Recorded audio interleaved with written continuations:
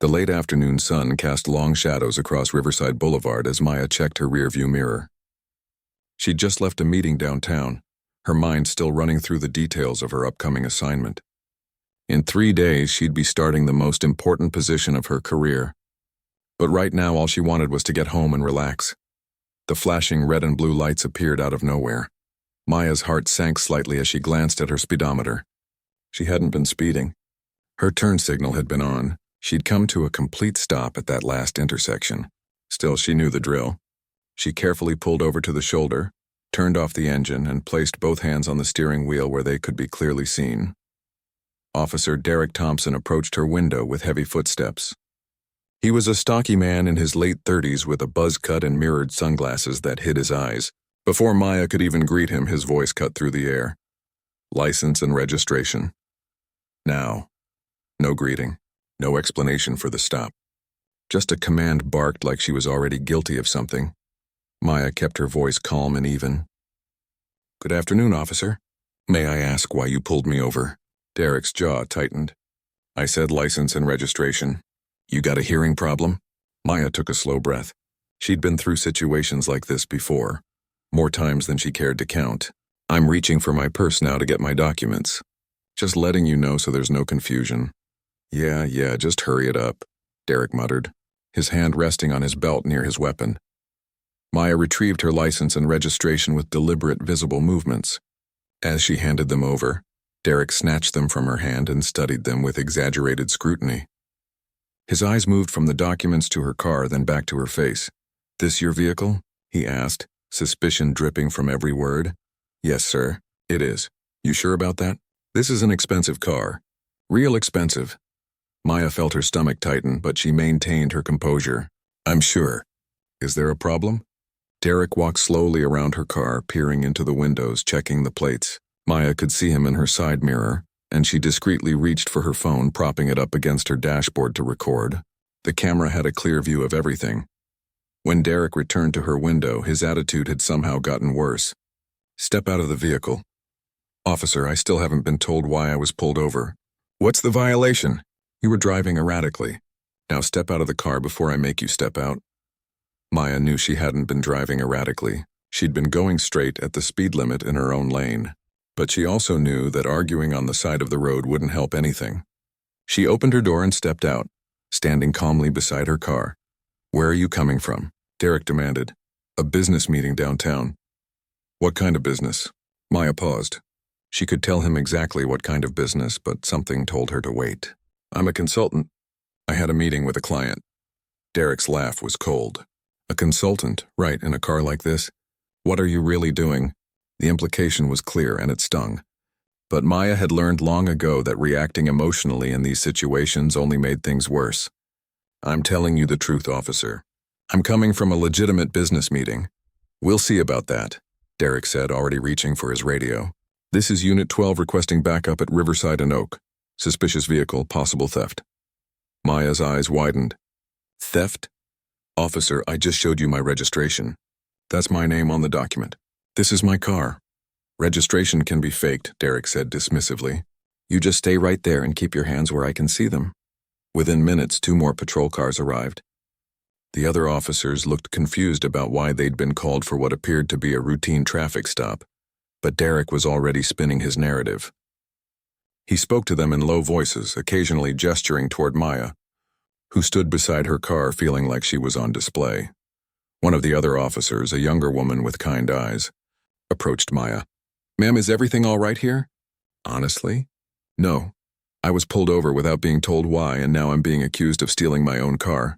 The young officer's brow furrowed. "Did you show your registration?" "Yes, it matches my license. Everything checks out." The officer nodded slowly and walked back to confer with Derek, who immediately became defensive.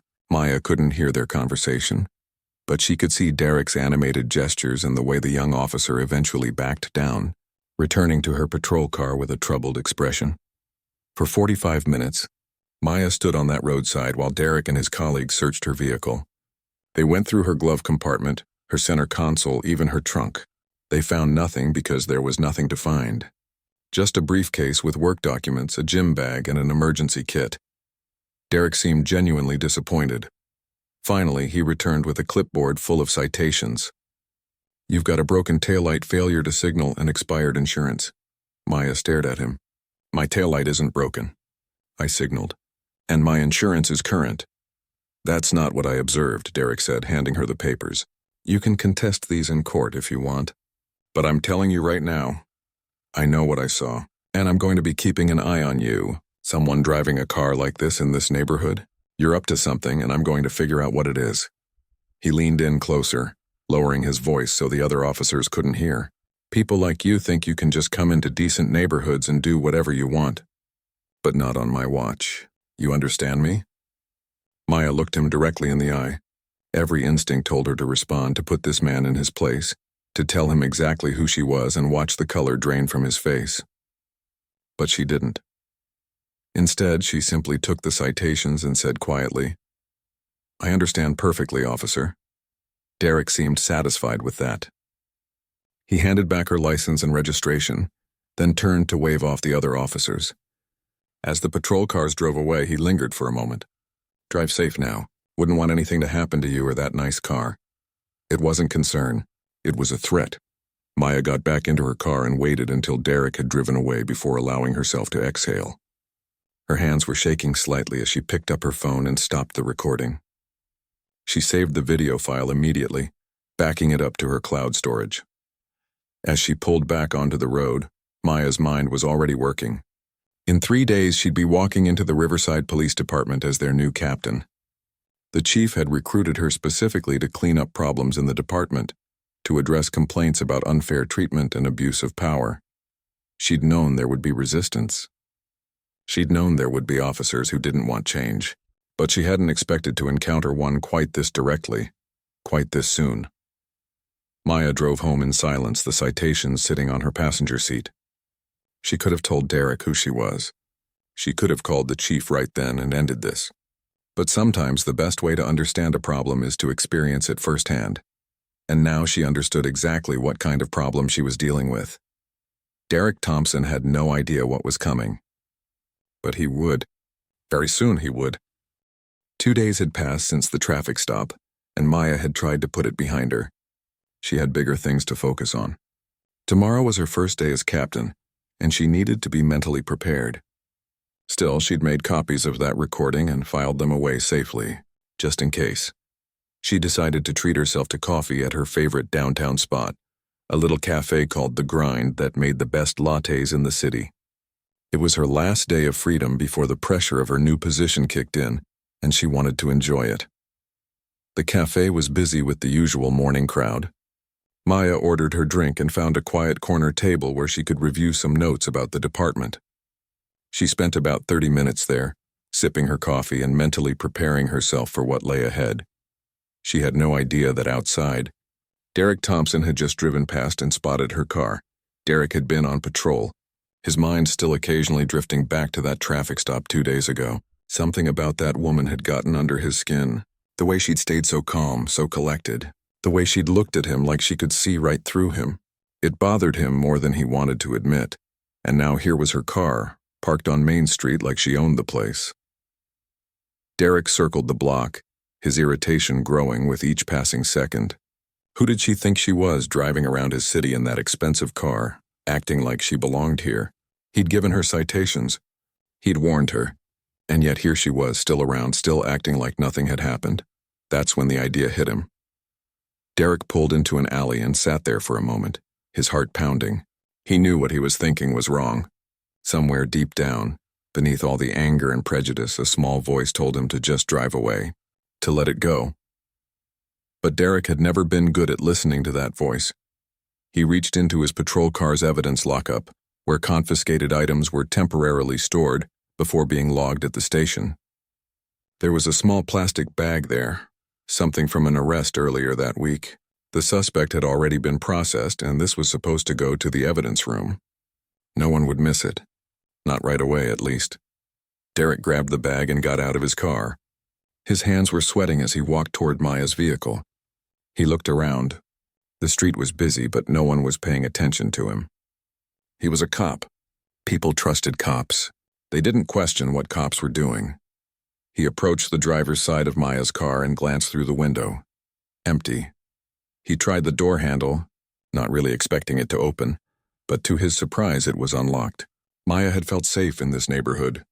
Safe enough to leave her car unlocked while she grabbed coffee. That trust was about to cost her everything. Derek opened the door and quickly slipped the small bag under the driver's seat, pushing it far back where it wouldn't be easily visible, but could be discovered during a search.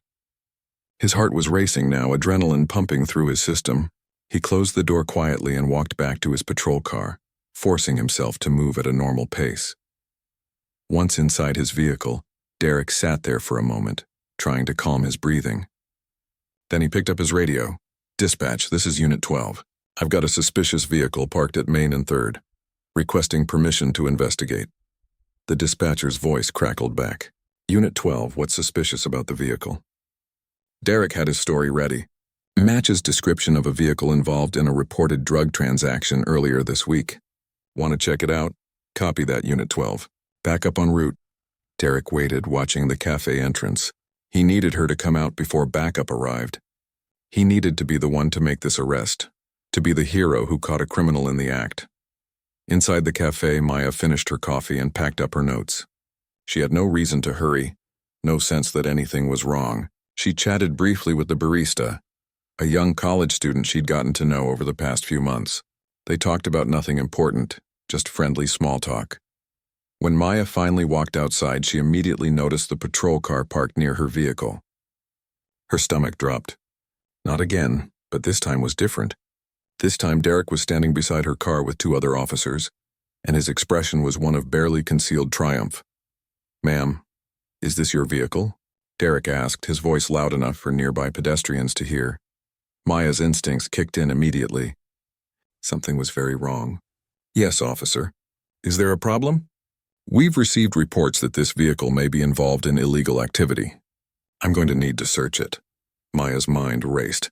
What kind of illegal activity? I just had coffee. My car's been parked here for 30 minutes. "That's exactly the point," Derek said. 30 minutes is a long time. Long enough for a transaction. "A transaction?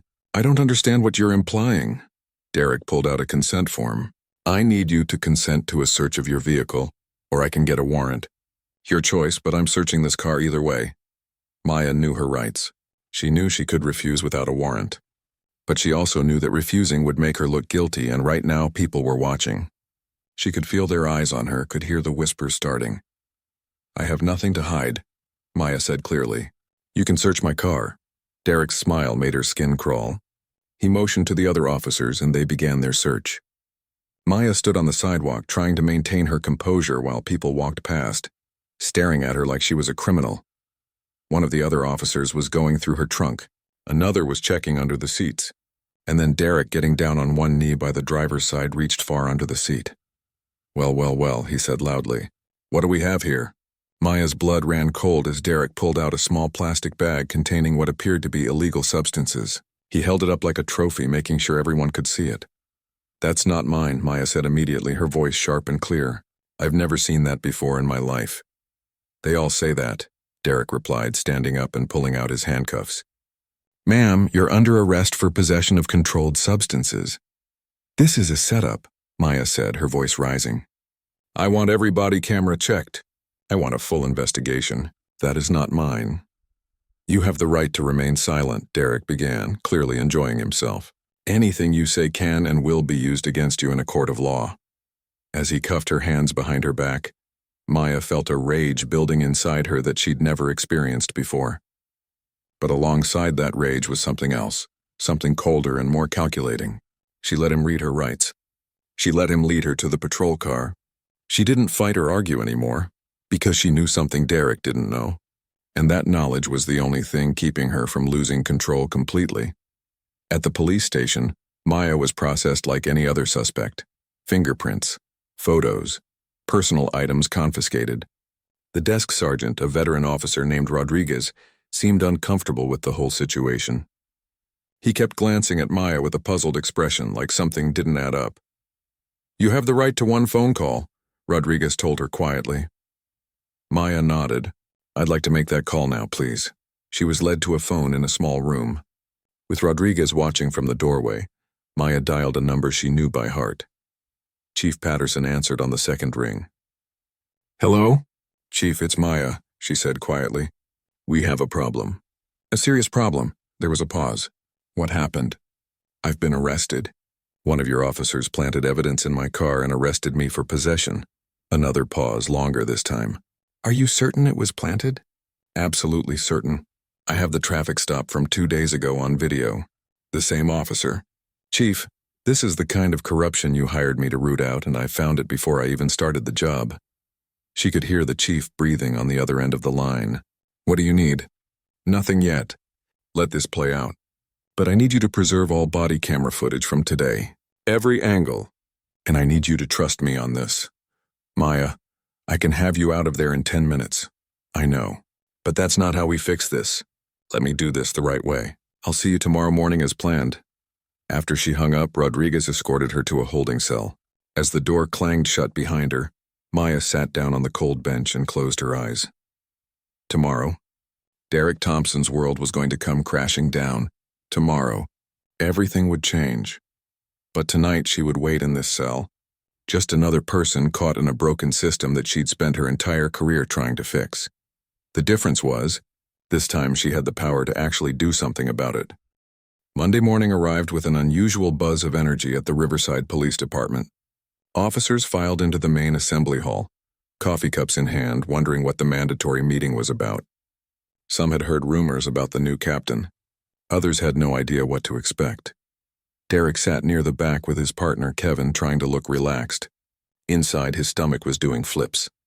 He'd barely slept all weekend, his mind replaying the arrest over and over. He kept telling himself it was fine. The evidence was there. She'd been processed. Everything was by the book. Well, almost everything. "You look terrible, man," Kevin said, nudging him. "You feeling all right?" "Just tired," Derek muttered. "Long weekend." The truth was, he couldn't shake a feeling of unease. The way that woman had looked at him when he arrested her. The way she'd stayed so calm, even in handcuffs. The way she'd said, "Let this play out," on her phone call, like she knew something he didn't. But that was impossible. She was just another criminal trying to act tough. By now, she was probably sitting in county lockup, waiting for a bail hearing. Chief Patterson walked to the podium and the room gradually quieted down. He was a tall man in his 60s with gray hair and a no-nonsense demeanor that commanded respect. He'd been chief for 15 years and had seen everything. "Good morning, everyone," the chief began. "I know you're all wondering why I called this assembly. Well, today marks an important day for our department. As many of you know, Captain Stevens retired last month after 30 years of dedicated service." There was polite applause. Stevens had been well liked, a steady presence who didn't rock the boat. Finding his replacement wasn't easy. The chief continued. "We needed someone with exceptional credentials, someone with a proven track record of leadership, and someone who could help us move forward as a department. After months of searching and interviews, I'm proud to announce that we've found that person." Derek shifted in his seat. A new captain. That was fine. Probably some old veteran from another city. As long as they stayed out of his way, he didn't care. "Our new captain comes to us with 20 years of experience in law enforcement," Chief Patterson said. "She's received the Medal of Valor twice, has a master's degree in criminal justice, and most recently served as deputy chief in Metro City, where she reduced complaints against officers by 40%, while actually improving arrest rates. A woman." Derek felt a slight twinge of annoyance but pushed it aside. Whatever, he could work for a woman.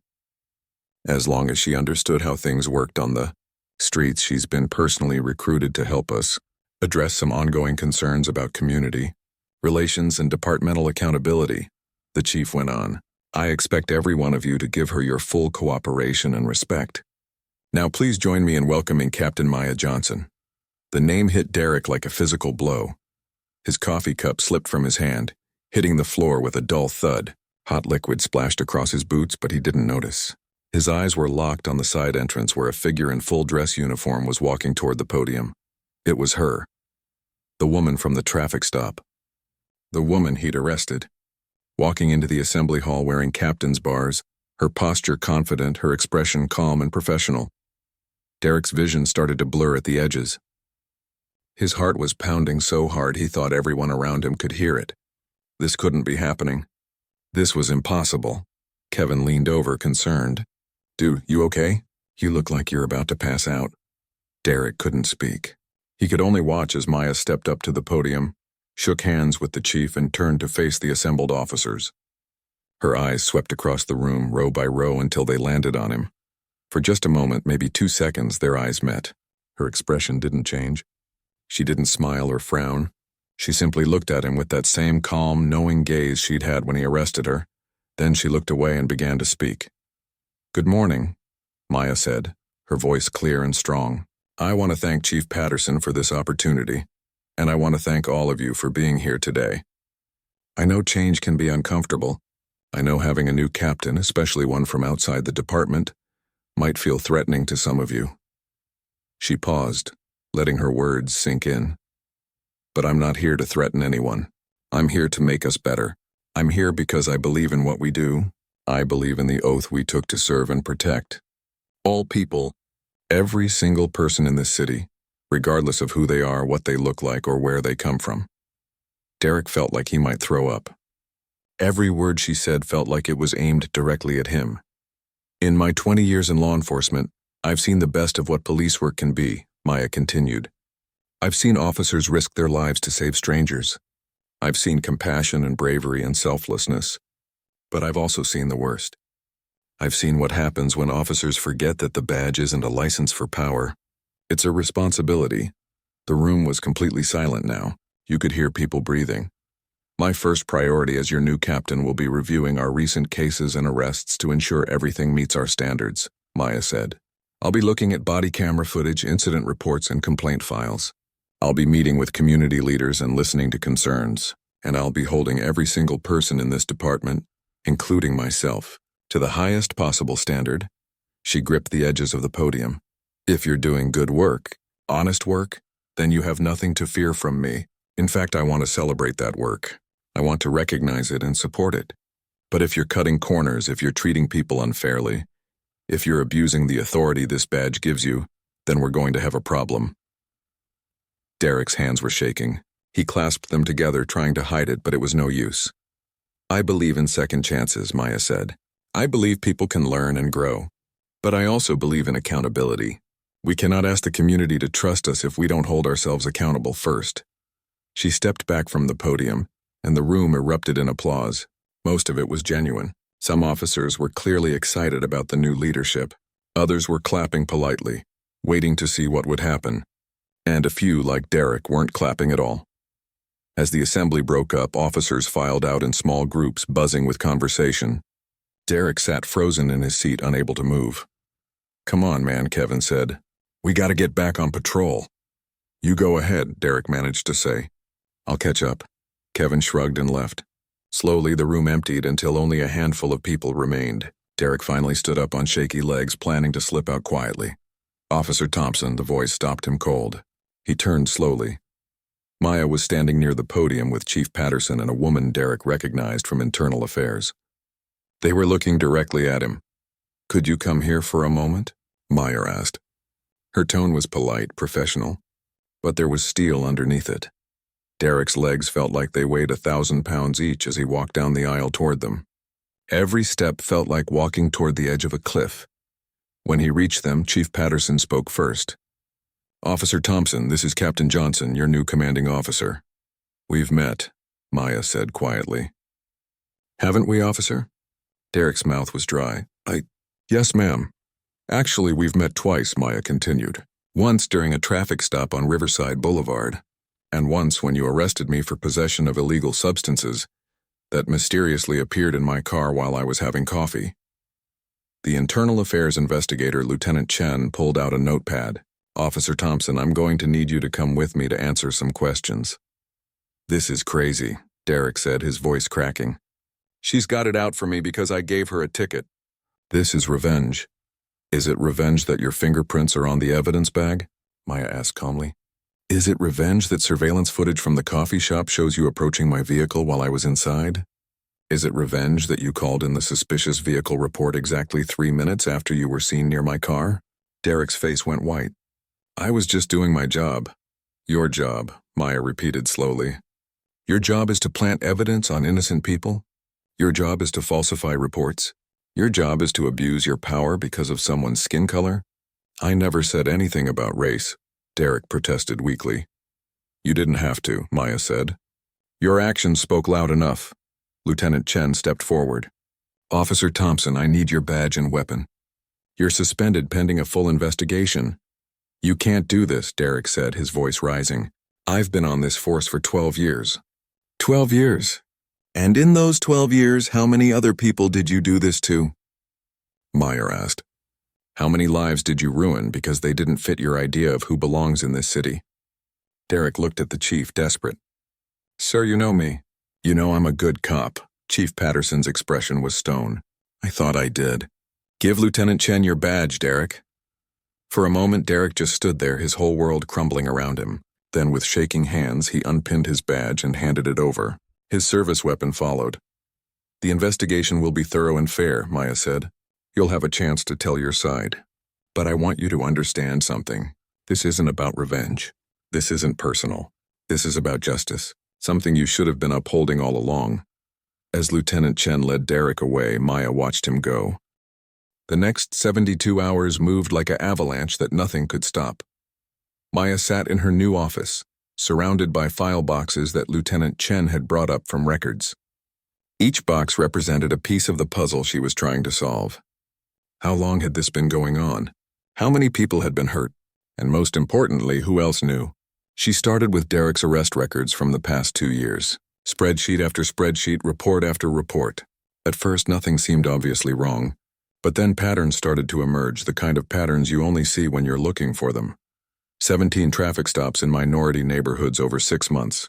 14 of those stops resulted in searches. 9 resulted in arrests. But here was the interesting part. 5 of those arrests had been dismissed by judges due to questionable evidence or procedural violations.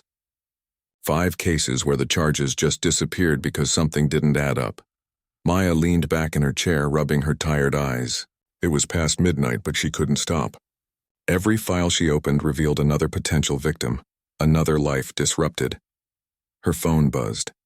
It was Rodriguez, the desk sergeant who'd processed her arrest. Captain, I hope I'm not calling too late. I'm still working, Maya said. What's on your mind, Rodriguez? There was a long pause. I need to tell you something. About the night you were brought in, I knew something was off. The way Thompson was acting, all smug and satisfied. The way you carried yourself. It didn't fit. But I didn't say anything. Maya waited, letting him continue. I should have said something, Rodriguez went on, his voice heavy with guilt. I should have questioned it more. Asked more questions. But Thompson's been here longer than me, and I didn't want to cause trouble. How many times has this happened before? Maya asked quietly. How many times have you processed someone and felt like something was off? Another pause. More than I want to admit. I need you to make a list, Maya told him. Every arrest in the past 2 years where you had doubts. Names, dates, whatever you remember. Can you do that? Yes, ma'am. I'll have it on your desk by morning. After she hung up, Maya pulled up the body camera footage from her own arrest. She'd watched it 3 times already. But now she was looking for something specific. She watched Derek plant the evidence, his movements quick but not quite quick enough. She watched him call it in. She watched the whole arrest unfold. But then she noticed something in the background. Kevin, Derek's partner, arriving on scene. And for just a moment, when Derek held up the evidence bag, Kevin's face registered surprise. Not the surprise of discovering drugs. The surprise of seeing something he hadn't expected. Kevin knew. Maybe not consciously.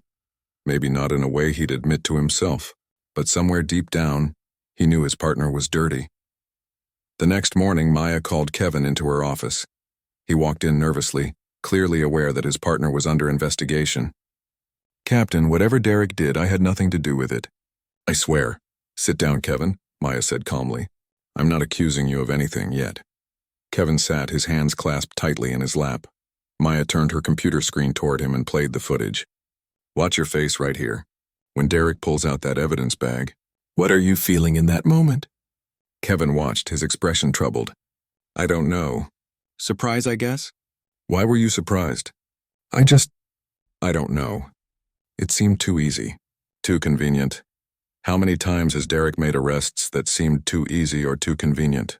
Kevin looked down at his hands. A few times. Maybe more than a few. And you never said anything. He's my partner, Kevin said quietly. You don't rat out your partner. That's the code. Maya leaned forward. Let me tell you about a different code. The oath you took when you became a police officer. To uphold the law. To protect people, not to protect dirty cops who abuse their power. I know, Kevin said, his voice barely above a whisper. I know, and I hate myself for it. But what was I supposed to do? Report him based on a feeling? I didn't have proof. You're right, Maya said, surprising him. You didn't have proof. But you could have paid more attention. You could have documented your concerns. You could have been a better partner by holding him accountable instead of looking the other way. Kevin nodded slowly, tears forming in his eyes. What happens to me now? That depends on you, Maya said. I need to know everything. Every arrest you witnessed that felt wrong. Every time Derek said or did something that made you uncomfortable. Everything. If I do that, no one in this department will ever trust me again. Then you have a choice to make, Maya told him. Do you want to be the kind of officer people trust because you stay silent? Or the kind of officer people trust because you do the right thing? Kevin sat there for a long moment, wrestling with himself. Finally, he took a deep breath. There's a guy named Antonio. Derek arrested him about 8 months ago for drug possession. Antonio swore the drugs weren't his, said Derek planted them. His public defender tried to fight it, but Antonio ended up taking a plea deal because he couldn't afford to fight it in court. Lost his job. Lost custody of his daughter. Maya wrote down the name. What made you think Derek might have planted the evidence? The way it happened. We were doing a routine patrol and Derek suddenly decided to pull this guy over. No real reason, just said something about suspicious behavior. We searched the car, found nothing. Then Derek wanted to search again and suddenly there's a bag of pills under the seat. Same spot we'd already looked. Did you say anything? Kevin shook his head. I told myself maybe I missed it the first time. But I didn't miss it. I know I didn't. Over the next few hours, Kevin gave her 4 more names. 4 more people whose lives had been turned upside down by Derek's actions. By the time he left her office, he looked exhausted but somehow lighter, like he'd been carrying a weight he could finally put down. Maya immediately started tracking down these people. Antonio was the easiest to find. He was working as a dishwasher at a restaurant downtown, trying to rebuild his life. When Maya called him, he was suspicious at first. Why would a police captain want to talk to him? But when Maya explained who she was and what had happened to her, Antonio's suspicion turned to hope. You mean people might actually believe me? I believe you, Maya said, and I'm going to make this right. By the end of the week, Lieutenant Chen's investigation had expanded dramatically. They'd identified 11 potential victims of Derek's misconduct. 11 people who'd been arrested under questionable circumstances, who'd had their lives derailed by an officer who saw them as less than human. But the investigation also revealed something else. Derek hadn't been working alone. Not directly, but he'd been enabled by a culture of silence. Officers who saw things but didn't report them. Supervisors who dismissed complaints without proper investigation. A system that protected its own, even when its own was clearly wrong. Maya held a meeting with her command staff, laying out everything they'd found. The room was tense. This isn't just about one bad officer, Maya told them. This is about all of us. Every time we looked the other way, every time we dismissed a complaint without really investigating, every time we protected the badge instead of the people we're supposed to serve. Her watch commander, a veteran named Williams, spoke up. With all due respect, Captain, you're making it sound like we're all corrupt. No, Maya said firmly. But we've all been complicit. There's a difference between being corrupt and allowing corruption to flourish, and we've allowed it to flourish for too long. She pulled up a photo on the screen. It was Antonio with his daughter, taken before his arrest. He was smiling, holding her on his shoulders at a park. This man lost custody of his child because of Derek's lies. His daughter is growing up without her father because we failed to hold one of our own accountable. The room fell silent. I'm not here to punish everyone, Maya continued, but I am here to change things. Starting now, we're implementing new policies. Every arrest gets reviewed. Every complaint gets a real investigation. Body cameras stay on, no exceptions. And if you see something wrong, you report it. I don't care if it's your partner, your friend, or your commanding officer. You report it. That's going to make us look weak, Williams argued. No, Maya said. That's going to make us honest. And honesty isn't weakness. It's the foundation of everything we're supposed to be. That night, Maya stayed late again, going through more files. Her phone rang. It was Chief Patterson. How are you holding up? He asked. I've had easier first weeks, Maya admitted, but I knew what I was getting into. The mayor's getting calls, the chief said. People are talking. Some are angry that we're investigating our own. Others are angry it took this long. Let them be angry, Maya said. As long as we're doing the right thing, I can handle angry. That's why I hired you, the chief said. Just wanted you to know you've got my full support. Whatever you need. After hanging up, Maya looked at the stack of files, still waiting for her attention. Somewhere in these pages were more victims, more stories of injustice that needed to be addressed. But she also knew that with every file she reviewed, with every person she contacted, she was starting to rebuild something that had been broken for far too long. Trust, accountability, justice. The real work was just beginning. The courthouse was packed on the day of Derek Thompson's trial. News cameras lined the steps outside, reporters jostling for position. Inside, every seat in the gallery was filled. Some people had come to support Derek, fellow officers who still believed he was being railroaded, but most had come to see justice finally served. Maya sat in the front row, her uniform pressed and perfect. She'd been told she didn't have to attend, that her testimony could be given via video. But she wanted to be there. She needed to be there. Not just for herself, but for every person Derek had hurt. Derek walked in wearing a suit instead of his uniform, flanked by his attorney. He looked smaller somehow, diminished. When his eyes swept the courtroom and landed on Maya, he quickly looked away. The prosecutor, a sharp woman named Lisa Chen, no relation to Lieutenant Chen from Internal Affairs, laid out the case with devastating precision. Evidence tampering, false imprisonment, civil rights violations, abuse of power. She presented the surveillance footage showing Derek approaching Maya's car. She presented the forensic evidence showing his fingerprints on the bag of drugs. She showed the pattern of arrests, the dismissed cases, the complaints that had been ignored. This isn't just about one arrest, Lisa told the jury. This is about a systematic abuse of power that destroyed lives. We'll be presenting testimony from multiple victims whose only crime was existing, in a place where Officer Thompson decided they didn't belong. Derek's attorney tried to paint him as a dedicated officer who'd made mistakes under pressure, who'd been trying to keep the streets safe in a dangerous job. But the evidence was overwhelming. Antonio took the stand, his voice shaking as he described losing his daughter. I'd been clean for 3 years, he said. 3 years. I had a good job. I was paying child support, and my daughter and I were building a relationship. Then Officer Thompson pulled me over, and suddenly I'm a criminal again. My ex-wife's lawyer used that arrest to take away my custody. My daughter thinks her daddy is a drug addict. She's 8 years old, and she looks at me differently now. His testimony brought several jurors to tears. A woman named Patricia testified next. She'd been arrested by Derek 18 months earlier, while sitting in her car outside her own apartment building. Derek claimed he'd found stolen property in her vehicle. The charges were eventually dropped, but not before she'd lost her job as a nurse because she couldn't make bail and missed 3 shifts. I spent my whole career helping people, she said quietly. I worked in the ER saving lives, and one officer decided I was guilty just by looking at me. It took me 9 months to find another nursing job. 9 months of wondering how I'd pay rent, how I'd eat. One by one, Derek's victims told their stories. Each one painted a picture of a man who'd used his badge as a weapon, who'd targeted people based on prejudice rather than evidence. When it was Maya's turn to testify, the courtroom fell completely silent. Officer Thompson pulled me over without cause, Maya said clearly. He was aggressive, hostile, and made assumptions about me based on nothing but the color of my skin and the car I drove. When that initial stop didn't give him what he wanted, he decided to create evidence. Derek's attorney tried to suggest that Maya had orchestrated everything to make Derek look bad, that she'd somehow planned the entire encounter. But Maya's phone recording from the first traffic stop, the surveillance footage, and the forensic evidence made that argument fall apart. I didn't set up Officer Thompson, Maya said firmly. He set up himself.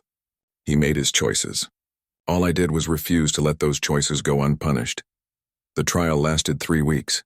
The jury deliberated for less than 6 hours, guilty on all counts. Derek's sentencing came 2 weeks later. The judge, a black woman in her 60s named Judge Morrison, looked at Derek with an expression that mixed sadness and steel. "Mr. Thompson," she said, and the use of Mr. instead of officer wasn't lost on anyone. "You were given a badge in the public's trust. That badge represented authority, yes, but more importantly, it represented a promise to serve fairly, to protect equally, to uphold justice for everyone." She paused, letting her words settle. "You broke that promise. Not once, but repeatedly. You targeted innocent people, destroyed their lives, and abused the power you were given.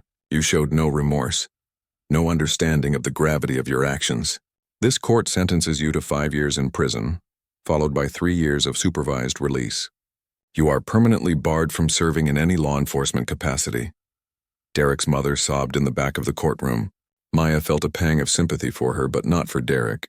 He'd had countless chances to do the right thing. He'd chosen differently every time. But Maya knew that Derek's conviction was only the beginning. The real work was fixing the system that had allowed him to operate for so long. Back at the department, Maya implemented changes that some officers welcomed and others resisted.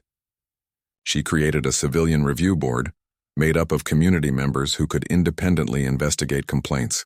She mandated bias training for every officer, not the kind of training where you just sign a form and forget about it, but real, meaningful education about implicit bias and community policing. She also established a program for officers to report concerns anonymously. Kevin, Derek's former partner, became one of the program's biggest advocates. He'd been disciplined for his silence but not fired, and he was working hard to earn back trust. "I can't undo what I didn't stop," Kevin told a room of rookie officers during a training session. "But I can make sure new officers coming in understand that staying silent isn't loyalty. It's betrayal.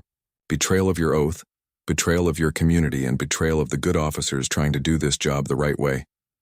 Maya also reached out personally to each of Derek's victims. She helped Antonio get his arrest expunged from his record and wrote a letter supporting his petition to regain custody of his daughter. She connected Patricia with a lawyer who helped her file a civil suit against the department, which was settled for an amount that helped Patricia rebuild her life. Not everyone was happy with the changes.